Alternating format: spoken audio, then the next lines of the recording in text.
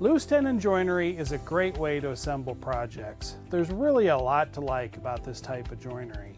But like most joinery, once you've done all your precision handiwork, it all gets covered up once the piece has been assembled. Now, standard mortise and tenon sometimes has a tenon that runs all the way through the adjoining workpiece and protrudes out the other side. In other words, the tenon on a rail goes all the way through the stile itself and protrudes out the back side. This can be a really nice decorative touch. But how would you do that with loose tenon joinery?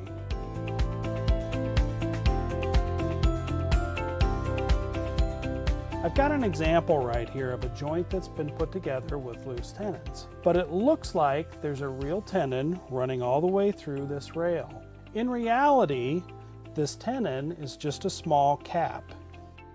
And then inside of that is a small loose tenon.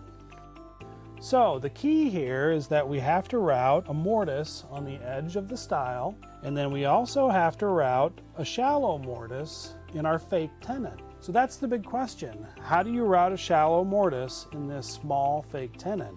Well, it's really pretty easy. You start off with a longer blank, and then you take this blank over to our mortising jig, line up all your center lines, set your router depth to 1/4 of an inch deep, make the cut into the end of the board, so cut the mortise in the end, and then once you're done, you can measure over, in this case, about 1/2 of an inch, strike a marked line, and then take it over the chop saw or the table saw and cut it off, and now you end up with a perfect little cap that looks like a through tenon. Once that's done, you can just cut a short piece of the loose tenon, place that in place on our stile, and then we can fit our fake tenon on top, and then voila, you have a through tenon.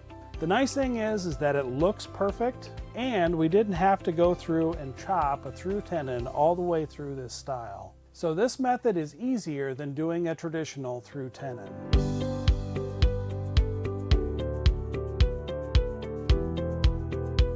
So let's talk about another cool detail that you can add, and that's called a pegged tenon. So as you can see, we have a square mortise centered in our stile. And the idea is that there's a square peg that fits inside that mortise. Back in the day, they would cut the mortise through both the tenon and the leg or stile. Then the peg would be driven through both pieces.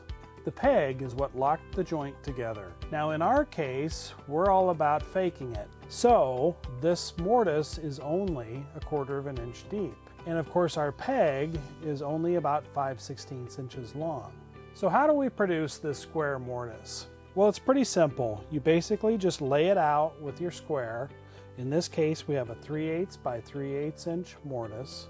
So I'll lay that out with pencil lines. Then I'll take the piece over to the drill press, and using a 3/8 inch Forstner bit, I'll drill down 1/4 of an inch deep.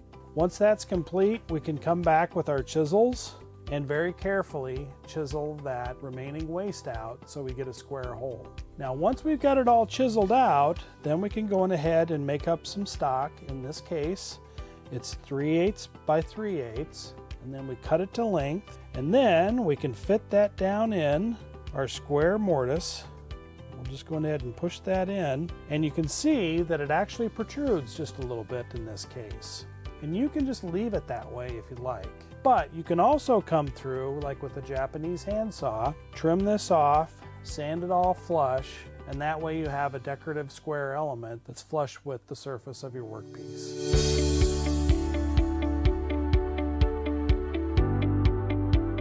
Another great way to fake your way to success is to create the illusion of a rail running through a stile or a leg. So in other words, there would be a full-size mortise the same size as the rail that accepts the rail for it to go all the way through. Now we know we're faking our way through this, so of course we've just created a cap or a fake tenon just like we did in the original version that we showed earlier. Again, we have a loose tenon that sits inside, and then of course we have our mortise in our leg or our stile, and a shallow mortise in our fake tenon. Now the only difference here between the version that we saw earlier in this version is that when you go to make this piece, it's simply cut from the same size stock that your rails are cut. So in other words, we haven't scaled this tenon down. So once we put this together, we've got a board that looks like it runs right through a leg or a stile. These techniques are sure to make your boring loose tenon joinery look like high quality through tenon joinery. Thanks for watching, and make sure and check out our mortising jig plan along with all of our router bits and even our routers at thewoodsmithstore.com.